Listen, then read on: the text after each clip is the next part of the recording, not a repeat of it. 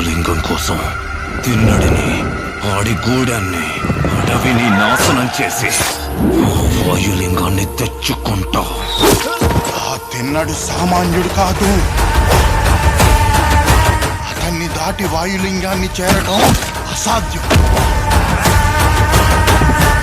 వాయులింగం మీద దుర్మార్గుల చూపు పడింది. ఈ వాయులింగ రహస్యం కాపాడడానికి నా ప్రాణాలు సైతం అర్పిస్తాను.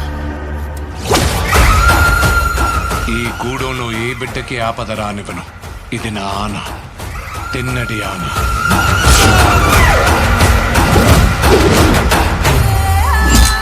శివుణ్ణి రాయంటావా? రాయిని రాయనక ఏమంటారు నమలరాని? వినపడని వాడికి విన్నపాలెందుకు, వీళ్ళకి దండాలెందుకు? దేవతని ధిక్కరించేవాడికి, పెద్దల మాటకు విలువ ఇవ్వనోడికి ఈ కూడెంలో చోటు లేదు. ముందా రాయిని తీసుకెళ్లి అడవిలో పడేస్తే గానీ నీకు పిచ్చి తగ్గదు. తప్పు మావా, అలా అనకూడదు. ఇలాంటి వాడు మీకు గొప్ప భక్తుడవుతాడని నమ్మకం ఏంటి ప్రభు? నీతో పాటే నేను ఆ సమయం కోసం ఎదురు చూస్తూ ఉన్నాను.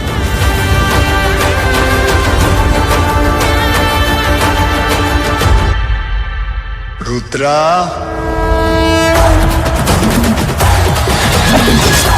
ఎవరు నువ్వు? ఆ పెద్దోళ్ళందరికంటే నేనే పెద్దోళ్ళని. నన్ను మించిన శివభక్తుడా ఈ సృష్టిలో లేడు. ఏమో అనుకున్నాను, నువ్వు నీ దేవుడు తోడు దొంగలే.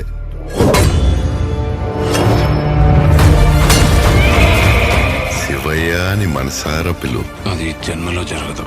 ఓ సంతటోడివా? వెలివిద్యలో నీకన్నా గొప్పవాడొకడు ఉన్నాడని తెలిసి అతని బొట్టని వెళ్ళి తెప్పొట్టించింది నువ్వే కదా. వెళ్ళబోయా, వెళ్ళిక నుంచే.